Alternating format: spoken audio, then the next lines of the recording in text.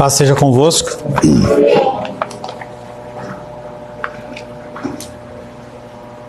Glórias a Deus pela sua vida, por estar dedicando esse tempo ao Senhor. Nós temos podido ouvir a voz do Senhor, a voz do bom pastor, e queremos cada vez mais sermos direcionados por Ele. Nosso objetivo é aprender dele. Não é entreter pessoas, mas é aprender os caminhos do Senhor. Em nosso último encontro, estivemos meditando sobre o tema, o julgamento divino contra os filisteus. Dando continuidade aos oráculos de exortação às nações vizinhas, o alvo agora são os filisteus. Opositores de Israel desde longa data, também eles vão cair diante do julgamento divino. A acusação contida no segundo oráculo obedece ao padrão utilizado no primeiro. O pecado identificado dos filisteus se refere ao ato de fazer cativos de uma nação que teria um tratado de paz com Gaza, e o ato de fazer cativos por outros meios que não o conflito militar. Os filisteus sequestravam vilas inteiras, não através da guerra, mas com o objetivo de vender aquelas pessoas para ganhar dinheiro. Eles criaram um comércio de escravos para satisfazer os seus desejos por riqueza. Amós apresenta a nação dos filisteus sob julgamento. Essa nação, como Gaza, como as outras nações, elas ficaram sem revelação especial, mas não sem a responsabilidade moral. Mesmo que você não tenha o ensino, moralmente você continua tendo que agir de uma forma humana. Eles ficaram sem o conhecimento direto de Deus, mas não sem a responsabilidade para com Deus. Eles ficaram sem a lei escrita em tábuas de pedra, mas não sem a lei escrita na sua própria consciência. A palavra de hoje tem como título o julgamento divino contra Tiro. Quero convidar você a abrir a palavra de Deus no livro de Amós. Nós vamos dar continuidade na exposição do capítulo 1.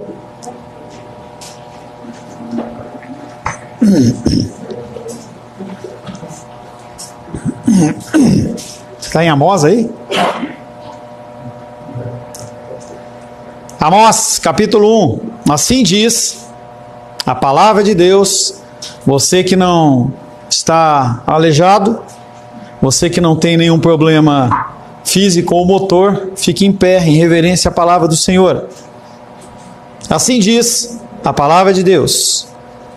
Palavras que em visão vieram a Amós, que era entre os pastores de Tecoa, a respeito de Israel, nos dias de Uzias, rei de Judá, e nos dias de Jeroboão, filho de Joás, rei de Israel, 2 anos antes do terremoto. E ele disse: o Senhor rugirá de Sião, e de Jerusalém fará ouvir a sua voz. Os prados dos pastores estarão de luto, secar-se-á o cimo do Carmelo. Assim diz o Senhor: por 3 transgressões de Damasco e por 4 não sustarei o castigo, porque trilharam a Gileade com trilhos de ferro. Por isso meterei fogo à casa de Hazael, fogo consumirá os castelos de Ben-Hadad. Quebrarei o ferrolho de Damasco e eliminarei o morador de Biquiat-Avem, e ao que tem o cetro de Bet-Eden, e o povo da Síria será levado em cativeiro a Quir, diz o Senhor. Verso 6. Assim diz o Senhor: por 3 transgressões de Gaza e por 4 não sustarei o castigo, porque levaram em cativeiro todo o povo para o entregarem a Edom. Por isso meterei fogo aos muros de Gaza, fogo que consumirá os seus castelos. Eliminarei o morador de Asdod e o que tem o cetro de Asquelon, e volverei a mão contra Ecrom, e o resto dos filisteus perecerá, diz o Senhor. Verso 9. Assim diz o Senhor: por 3 transgressões de Tiro e por 4 não sustarei o castigo, porque entregaram todos os cativos a Edom e não se lembraram da aliança de irmãos. Por isso meterei fogo aos muros de Tiro, fogo que consumirá os seus castelos. Palavra do Senhor, amém? Amém. Senhor, louvamos o teu nome, adoramos e bendizemos, agradecemos pela leitura da tua palavra, que transcende épocas e eras e nos alcança nesta noite.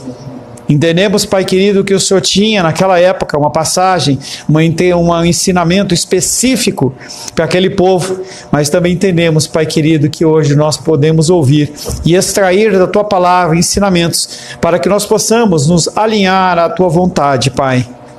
Peço, Pai querido, que o Senhor nos dê o espírito de entendimento, espírito de sabedoria, de conhecimento, e que o Senhor possa me capacitar a ser um instrumento do Senhor nesta noite.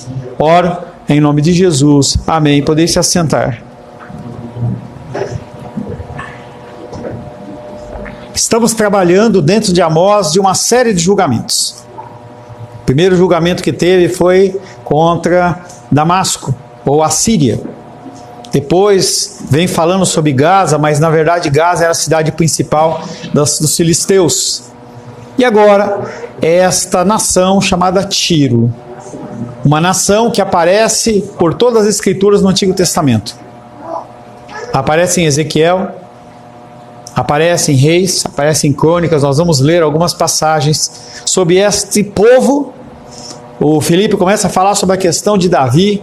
Davi tinha uma aliança com Tiro. Quando ele intenta construir o Templo de Jerusalém, Tiro, ele tinha um monte de pessoas, várias pessoas que trabalhavam dentro do contexto de artífices, como artífices. E eles fizeram aliança. Davi foi impedido porque ele era uma pessoa de guerra e tinha derramado muito sangue. E aquela incumbência ficou para o seu filho Salomão. Em que aquele homem, ele entregava e mandava carregamentos de madeira, mandava trabalhadores, pessoas especialistas dentro da arte de artesão.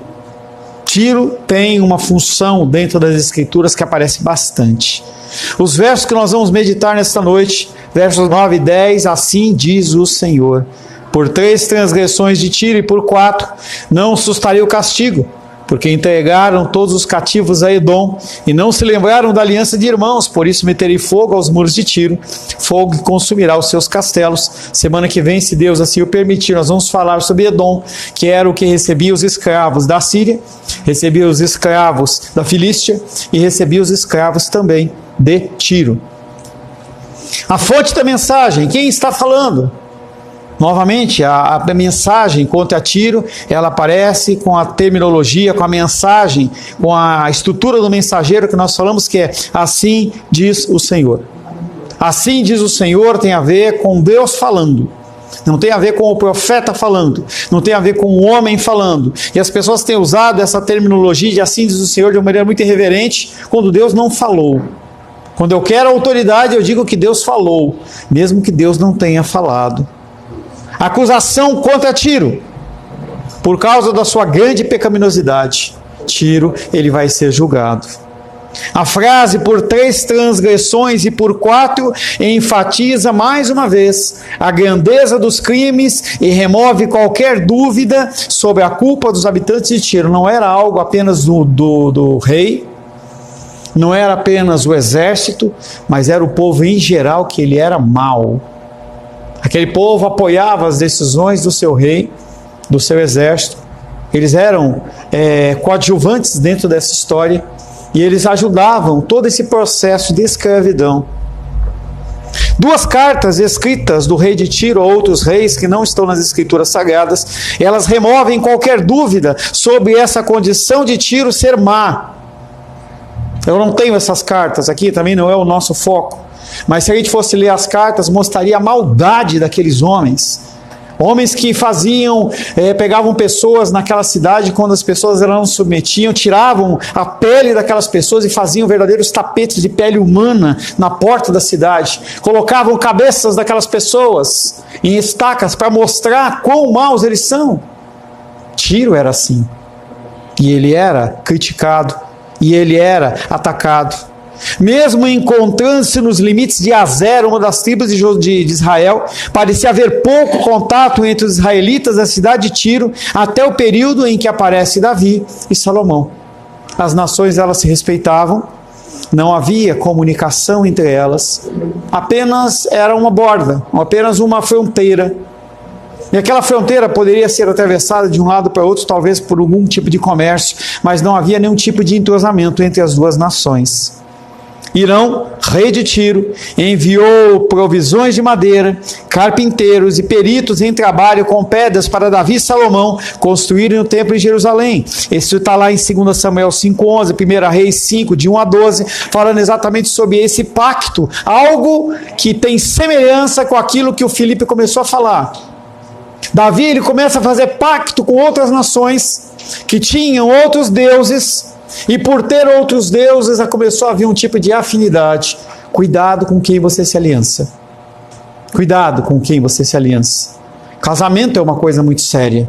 Não fazeis pacto entre luz e trevas. Muitas pessoas já passaram dentro do meu ministério e as pessoas queriam manter um matrimônio dentro dessa linha, um namoro, um relacionamento. Eu falo assim, isso não dá certo. Porque você agrega aquilo que não presta. Você aprende aquilo que não é bom e você começa a achar que aquilo é normal. Hoje estava voltando, nós fomos buscar um bolo que a gente comprou para comemorar meu aniversário. E aí, eu nem falei nada no carro, né? Mas passou um Ford Ka. E aí eu comecei a me lembrar do Ford Ka da década de 80, como era feio aquele carro. E agora um carro totalmente diferenciado. Você se acostuma com o que é ruim. Você se acostuma com o que é bom, mas também com o que é ruim. E Tiro, ele aparece nesse cenário e começa a fazer uma breve aliança com Davi e com Salomão. E os dois países fizeram um trato de paz entre si. Hirão também ajudou Salomão a desenvolver pontos comerciais.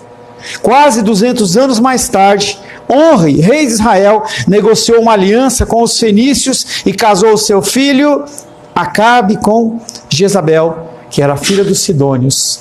Mais um ato de aliança pecaminosa que começou a trazer revés para a nação de Israel.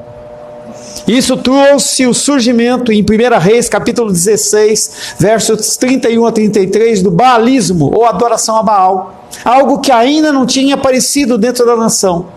Baal, a palavra B-A-A-L, ela quer dizer dentro do hebraico Senhor.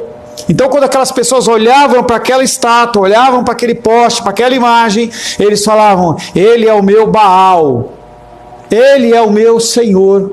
Algo que as pessoas fizeram e foram recriminadas lá no Êxodo. Moisés sobe para buscar as tábuas da aliança. E Deus fala, está na hora de você descer, porque as pessoas elas se bagunçaram. Parece que o ser humano ele precisa de alguma coisa para ele pôr a mão. Se ele não tocar, ele não acredita. E ali foi estabelecido o culto àquele bezerro de ouro, que depois ele se transforma em outros deuses, mas na verdade é apenas a manifestação do desejo do nosso coração, que ele pode se refletir de qualquer forma, na igreja, na família, no trabalho. Eu falo para os meus irmãos, está abençoado no trabalho, vigia para isso não virar o seu ídolo. O dinheiro ele está para nos servir e não nós para servirmos ele. Quando você começa a ficar no desespero, que você tem que fazer, você tem que trabalhar, você tem que ganhar, alguma coisa está errada. E na verdade o que acontece é que o ídolo de Mamon está no teu coração. Porque você começa a servir apenas aquele Deus. E você não consegue mais dividir o seu tempo. Isso trouxe o surgimento do baalismo em Israel, mas também resultou na vantagem uma produção de condições econômicas positivas, pois Tiro ela era famosa por seus comerciantes e negócios internacionais.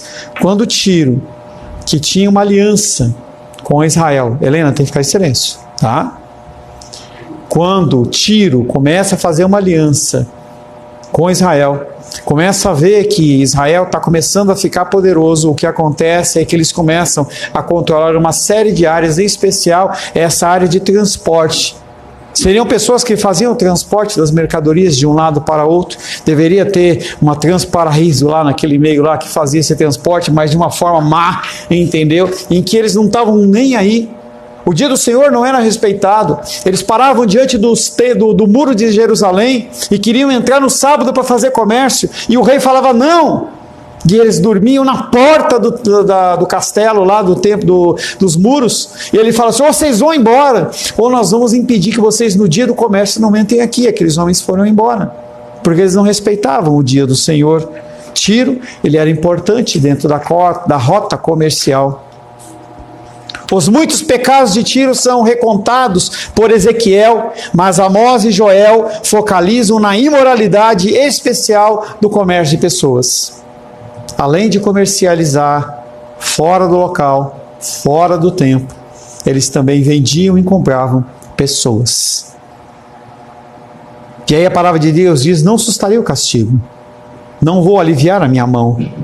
Isso expressa a determinação divina em responsabilizar Tiro e o seu povo por seus atos rebeldes. A ira de Deus não retrocederá, ele cumprirá os seus decretos de julgamento, inclusive na minha vida e na sua vida.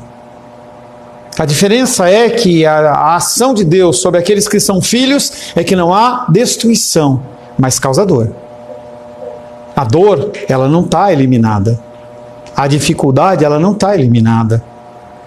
Dentro da área espiritual, nós temos que tomar um tremendo cuidado, porque um deslize dentro do campo espiritual vai te levar a um afastamento muito grande do Senhor e vai te trazer dor. É algo que eu já venho falando, falei hoje pela manhã, a função dos homens dentro da casa, o reflexo da esposa, o reflexo dos filhos é aquilo que o homem é. Isso não é questão de empoderamento masculino, feminino, machismo, não é nada. A palavra de Deus mostra claramente que a figura do líder é aquela que influencia a vida daqueles que estão debaixo do guarda-chuva espiritual daquele homem. E a gente vê isso por toda a história da igreja cristã, inclusive dentro do período católico romano, em que a gente vê quando um rei, ele é católico, todo mundo era católico, se era protestante, todo mundo tinha que ser protestante, se ele era mau, todo mundo era mau, como era no caso de Tiro. Essa repetição de discurso é uma maneira natural de expressar o envolvimento e a cooperação das duas nações do comércio de escravo. Pecado de Tiro é apresentado em duas orações, sendo que a primeira ela é semelhante ao crime por Gaza, que era do comércio de escravos. Quando a pessoa ela começa a trabalhar dentro do comércio de escravos, ela já não pensa mais em dignidade humana, já não se respeita mais nada. Todo e qualquer resquício de amor ao próximo, ele é deixado de lado. Deus, já falei para vocês há uns 2 ou 3 anos atrás, Deus vai fazer muitas pessoas prosperar aqui no nosso meio. Não é palavra profética para você vir para a igreja, nada disso. Mas o que você vai fazer com isso é o que importa. Olhar para pessoas e derramar um pouco da sua bênção sobre a vida das pessoas. Para que as pessoas elas possam viver aquilo que você vive. Não seja egoísta. Receba o bom do Senhor e compartilhe, porque Deus ele faz multiplicar. Porque você tem que dividir as suas bênçãos com os outros. E Deus ele tem nos abençoado. E nós temos que aproveitar isso para nós podermos abençoar também. Os atos rebeldes de Tiro não são totalmente idênticos àqueles atribuídos a Gaza. Tiro é acusado apenas pela venda de cativos. Porém, ele vendia cativos de pessoas que eram seus irmãos. Pessoas que tinham feito alianças com ele. É como se um cliente do André chegasse e falasse assim: André, você pode buscar tal mercadoria para mim? Aí o André fala: vou buscar. Mas aí quando o André vê onde que ele vai distribuir, vai entregar, em vez de ele passar para a pessoa que era o cliente dele, ele vai direto para o fornecedor, lá para o final. Ele pula para que ele ganhar mais. É isso que Tiro está fazendo. Ele tinha uma aliança e tinha um pacto com pessoas. Você cuida de mim, você me protege, você ora por mim. Na hora que as pessoas elas estavam numa condição com as guardas baixas, Tiro ia lá e invadia. Haviam alianças que foram quebradas.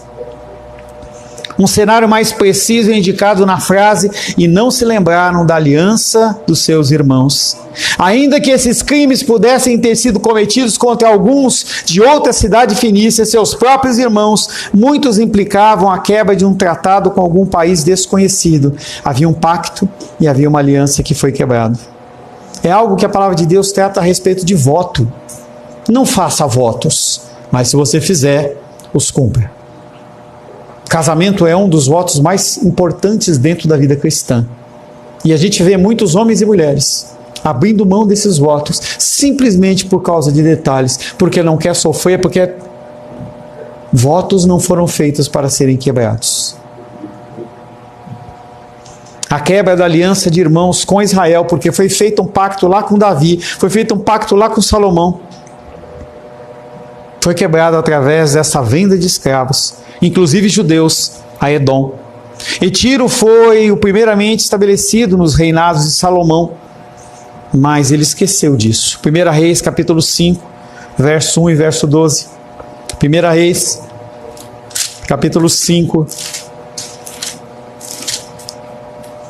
versos 1 e 12.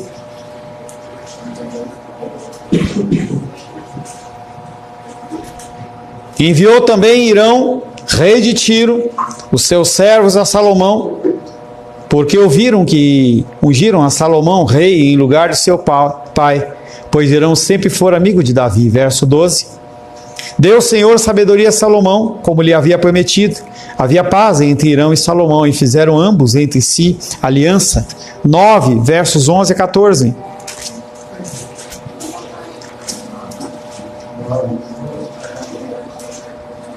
Primeira Reis, capítulo 9, versos 11 a 14, diz assim: Ora, como Hirão, rei de Tiro, trouxera a Salomão madeira de cedro, de cipreste e ouro, segundo todo o seu desejo, esse lhe deu 20 cidades na terra da Galileia. Saiu Hirão de Tiro e a ver as cidades que Salomão lhe dera, porém não lhe agradaram. Pelo que diz: Que cidades são estas que me deste, irmão meu? E lhe chamaram terra de Cabu até hoje. Hirão tinha enviado ao rei 120 talentos de ouro, porém não lhe agradou, pelo que disse: Que cidades são estas que me deste, meu irmão? Quando nós seguimos a sequência do livro de Reis, a gente viu que houve aquela aliança entre Jezabel e Acabe, uma aliança destrutiva dentro do âmbito espiritual. Jezabel era má, só que ela era descendente de Tiro, e houve uma palavra de destruição. E nós não vamos ler, mas 2 Reis, capítulo 9, versos de 1 a 10, 30 a 37, 10, 1 a 11, 18 a 28, vem falando sobre o extermínio da família de Acabe por Jeú, um homem que se levanta para trazer o juízo sobre aquela família. E ele destrói. E quando ele destrói, Tiro fica invocado, porque era parente, havia também aliança ali. A identidade das nações e do tempo e da quebra do pacto não nos é informada por Amós. Ele enfatiza apenas a ação ofensiva que Tiro perpetrou sobre outro povo que confiou nela a ponto de ser leal a acordos pactuais com ela. O povo de Israel confiava nesta aliança. Mas Tiro, ele agiu de má fé, quebrou a aliança e invadiu Judá. E tirou pessoas de lá e vendeu como escravos. Se alguém vende alguns dos seus irmãos, ele merece ser punido severamente. Um traidor é o pior de todos os amigos. Está aí Judas, está aí os irmãos de José. Aquele que é amigo e trai é o pior de todos, porque você abre a sua casa, você confia naquela pessoa e aquela pessoa te trai. Isso aconteceu comigo e o pastor da igreja, que era pastor da igreja lá da Menisa também. Ele me abençoou de uma outra maneira, sem saber, mas só eu e Rosângela sabemos o nível de amizade que nós tínhamos com aquela pessoa. Ele era um homem que, quando ele chegava em São Paulo, e os meninos vão entender o que eu vou falar, a Rosângela ia buscá-lo na rodoviária ou no aeroporto, e eles passavam o dia inteiro na rua, andando, batendo perna para cima e para baixo, e a minha pergunta é: quantos homens você confia para andar com a sua esposa para cima e para baixo? Pois ele era assim. E ele me traiu. É exatamente esse tipo de traição que o povo de Tiro fez com o povo de Israel e fez contra o próprio Deus. Punição e destruição, verso 1:10 de Amós. A oração da punição usada aparece novamente nesse oráculo contra Tiro. Ela enfatiza a participação ativa em trazer destruição e todas as formas de segurança que protegem aqueles que têm explorado a maioria das pessoas. As pessoas acham que são seguras por causa dos seus castelos, por causa da sua renda, por causa do seu ouro, e Deus fala: isso para mim não é nada. Os muros grossos da cidade e os poderosos castelos fortificados seriam consumidos nas chamas da guerra. Os ouvintes israelitas de Amós, com certeza, bateram palma em relação àquilo. E talvez você também bata palma em relação ao juízo de Deus contra muitas pessoas. Mas muitas vezes você esquece o que Paulo falou. Você já foi um desses. Você já estava também dentro desse contexto. E nós temos que, apesar da nossa indignação, nós temos que agir com misericórdia. De acordo com Joséfo, que era um filósofo grego, não cristão, a cidade de Tiro foi sitiada pela Assíria durante 5 anos, mas não foi derrotada.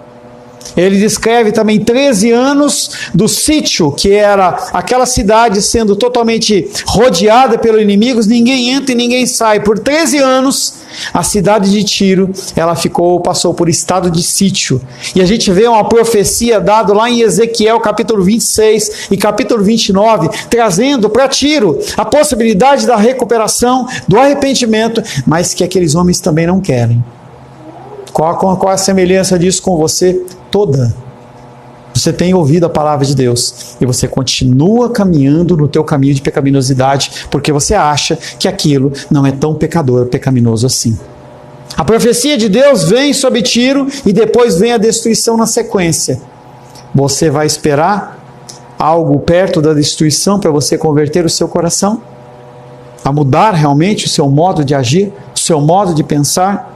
Deus não tem nenhum problema de liberar contra a vida de vocês, sobre a minha vida, Nabucodonosores, Tiros, reis da Síria, para nos trazer o juízo, para que a gente venha entender que a nossa vida, a nossa casa, o nosso lar e o nosso negócio não são nossos, mas são do Senhor.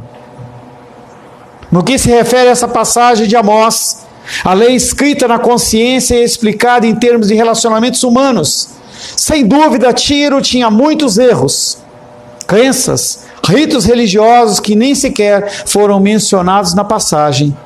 A ênfase não se dirige sobre o que elas faziam ou deixavam de fazer, ou sobre o que elas faziam ou falavam de Deus, mas em relação a como eles lidavam dentro do relacionamento humano. Quando a pessoa, venho falando para você, quando a pessoa ela bate lá na tua porta, faz sinal no teu ouvido e fala assim, estou com fome, você faz o quê? Não tem? Tendo? Está com medo de dar a nota de R$10 para a pessoa? Porque você quer comprar uma pizza? O que é? Está com medo de entregar a nota de 20? Eu não estou falando de igreja não, gente, estou falando de rua. Pessoas que estão com fome, passando necessidade, você com abundância. Preocupado talvez com o próximo par de sapato que você vai comprar, ou a próxima camisa que você vai comprar. E não há problema nenhum em você ter uma outra camisa, ou você ter um outro par de sapato. Não é, eu quero que você tenha abundância na sua vida. Mas olhe para o lado. É algo que eu tenho falado para minha filha. Desenvolva, ela está dirigindo, está começando a pegar habilidade de direção, fala assim, desenvolva a sua visão periférica. A visão do motorista não é uma visão 90 graus, ela é 120. Você tem que ter 180, você tem que ter a visão aqui, ó. Se o cara está aqui, você tem que estar de olho. Se o cara está se movimentando, a nossa vida espiritual ela também tem que ser uma visão 180 graus. Se você tiver uma visão só em você, você vai tomar uma peia do Senhor, sendo filho. Amós primeiro examina as violações dos relacionamentos gerais da vida, do ser humano com o ser humano. Então, das responsabilidades particulares da vida, do irmão para o irmão. E, finalmente, as reivindicações especiais da vida, a atitude do forte para com o fraco. O que você tem feito com os recursos que Deus tem derramado sobre a sua vida. Talvez não seja difícil você pensar que na época da guerra, tudo pode, tudo vale. Talvez algum líder se levante e diga, nós estamos em guerra, você não consegue entender? Talvez isso aconteça lá no meio de Israel, talvez aconteça isso no meio da guerra da Rússia. As pessoas elas não estão preocupadas se são civis ou não, eles têm que mostrar o poderio de guerra deles. E eu já falei para vocês que para mim, apesar de entender que Gaza está totalmente errada, em especial com aquele povo lá que está lá como guerrilheiro, que não tem nada a ver com o povo de Gaza necessariamente, para mim Israel teve um peso muito forte na mão. Nós temos que saber como pesar as nossas mãos. Nós temos que efetuar um juízo de uma maneira sóbria e cuidadosa. Este é o primeiro princípio moral de Amós. Nós não temos direito de tratar as pessoas como se fossem coisas. Pessoas não são coisas. Pessoas não são instrumentos para você chegar no próximo patamar. Pessoas não são um degrau que você pisa para você subir para o próximo. Pessoas não são coisas. Pessoas carregam a imagem e a semelhança de Deus. A análise de Amós quanto às obrigações a que o nosso humanismo nos obriga torna-se agora um pouco mais particular. E os princípios que brotam dos exemplos que ele oferece tornam as coisas um pouco mais pessoais. Dentro da família humana como um todo, existem pessoas com as quais somos pouco mais íntimos. Num relacionamento formado e selado com um pacto ou herdado pelo sangue. E a gente vê a figura do próprio Cristo tendo um relacionamento mais profundo com alguns discípulos. Quando ele vai orar lá no Getsemane, ele leva alguns discípulos a mais. Quando a gente vê lá na Santa Ceia, a gente vê João como aquele que era o mais chegado dele, ao ponto dele entregar a mamãe dele para ser cuidada por João. E se a gente começa a pensar em trair essas pessoas que são mais próximas, quão mal nós somos. Quão mal nós somos. Da ideia de um pacto, Amós extrai um princípio da conduta humana. A inviolabilidade da palavra dada é o elemento da aliança ou da promessa que distingue a acusação de Tiro contra Gaza. O que você tem feito de voto ao Senhor ou com pessoas? É algo que eu tenho falado com algumas pessoas de vocês. Se você falar, eu vou fazer, faça. E aí liga para a pessoa, já te retorno, estou chegando, não está nada. Para de mentir. Você está agindo como Tiro, que fala que vai fazer e não faz. Seja zeloso em relação à sua palavra, porque você está fazendo um voto diante do Senhor. Se eu falar para vocês, eu vou fazer, eu tenho que fazer. A menos que aquilo seja uma atitude impensada, a menos que aquele propósito, aquele voto tenha sido alguma coisa que foi determinada sem consciência, ignorante, e talvez para você fechar esse pacto, seja apenas um arrependimento e um pedido de perdão necessário. Nós não temos que levar às últimas consequências votos que nós fizemos. Nós temos que procurar não fazer esses votos. Se os fizermos, tentarmos cumprir esses votos. Mas se for alguma coisa ignorante, for uma coisa errada, peça perdão. Eu quero pedir perdão a você, Vânia, porque eu prometi fazer isso e não fiz.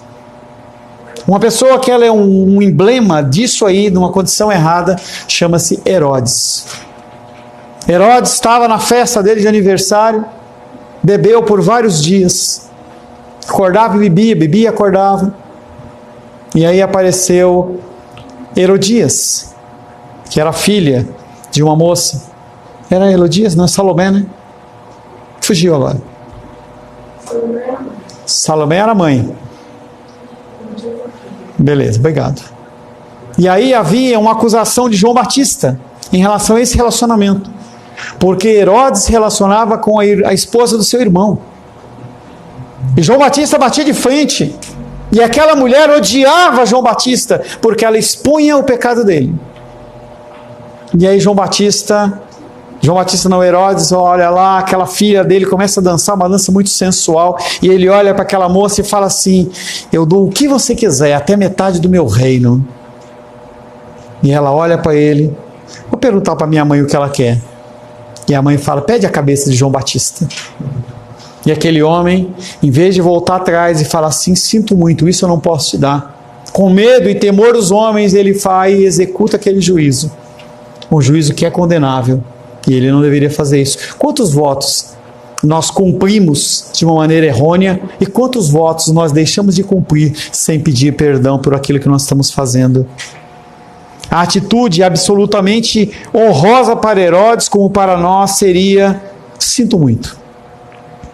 O caminho do arrependimento humilde de toda uma situação, geralmente é o bem moral mais elevado no mundo dos pecadores. Tudo isso certamente é verdade e Amós não deve ser considerado como um advogado do moralismo irreal. O que é isso?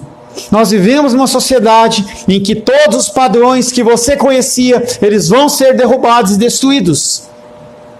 Você acha que é coincidência o show da Madonna ter acontecido com aquela baixaria toda lá? Eles estão querendo puxar o padrão moral para aquilo como sendo uma coisa normal. Para quando você falar alguma coisa, eles virem a você e falar: você é um cara exagerado. Talvez você seja como Amós, que é um cara que tem um moralismo que é irreal. Como assim casar virgem? Como assim manter a fidelidade no casamento? Como assim ser fiel ao Senhor no dia dele? Como assim? Que bobeira, que tolice!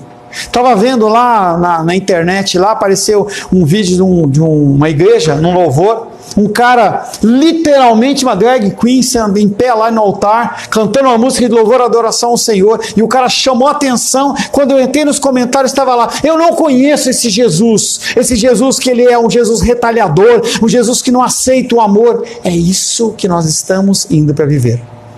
E se você não estabelecer as bases do seu cristianismo, você vai acreditar que isso é certo. Pessoas que estão entrando na faculdade, Luísa, Carol, Gabriel, Rafael, eles vão encarar isso de frente.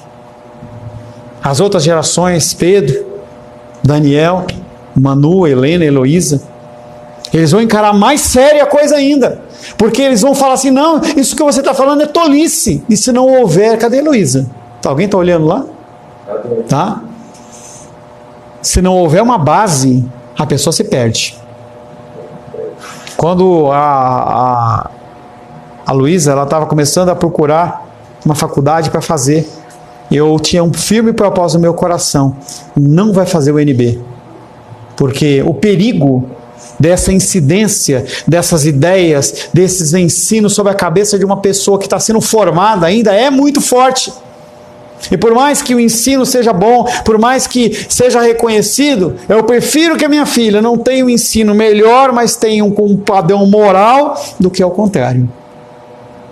Mas talvez te acusem de você ter, como Amós, ser um cara muito moralista, um moralismo até irreal. Mas por mais verdadeiro que seja o fato de que algumas promessas devem ser honradas com arrependimento e aceitação das consequências, nenhuma palavra empenhada deveria ser tratada como coisa negociável simplesmente por interesse e vontade. Você fez votos, cumpra. Deixe de cumprir, não porque você vai ser mais vantajoso para você, mas porque é o certo a fazer. Nós estamos e vamos ser apresentados em várias encruzilhadas, e você vai ter que tomar decisões. Decisões que talvez eu não esteja lá, talvez o seu marido, o seu pai, o seu filho, alguém que possa dar uma direção não esteja lá, e você vai ter que tomar uma decisão: eu escolho Deus ou escolho o mundo? Eu escolho Deus, escolho a minha carne. Eu escolho Deus ou escolho o diabo? Tiro escolheu o diabo, Tiro escolheu o mundo, Tiro escolheu a sua própria carne. Foi o que Tiro fez, e essa foi a quarta transgressão que foi considerada por Deus imperdoável. Como você vai lidar com isso? Com as decisões que você vai ter que tomar. Talvez você perca dinheiro, talvez você seja colocado de lado, mas você vai ter que tomar decisão. Algo que eu coloquei na minha vida: eu não abro mão de estar com vocês domingo de manhã e domingo à noite por nada, a menos que seja um fator realmente de força maior. Essa quinta-feira eu vou estar indo lá para Maranhão para ministrar um curso. Já antecipadamente aviso para a Vânia que não vamos ter o nosso encontro, ver se a gente altera essa data ou pulamos para outra semana. Mas eu faço questão de estar domingo de manhã aqui para poder ministrar essa dominical com vocês. Eu recebo convites para pregar. Ô pastor, vem pregar aqui, vem falar, dar uma palavra. Com certeza vai ter uma oferta, vai ter alguma coisa lá, mas o meu voto não é com eles. O meu voto é com o Senhor. Senhor, a partir do momento que o Senhor me colocou diante de homens e mulheres, para que eles cresçam, enquanto eu estiver vivo, eu vou dedicar a minha energia e as minhas forças para vocês. Tá? Eu acordo cedo, eu oro por vocês, eu busco a face do Senhor para poder abençoar vocês, não só com palavras de tapinha nas costas, Mas quando eu exorto, a minha função é trazer vocês para o centro, para que vocês entendam que o outro lado da moeda é amargo demais.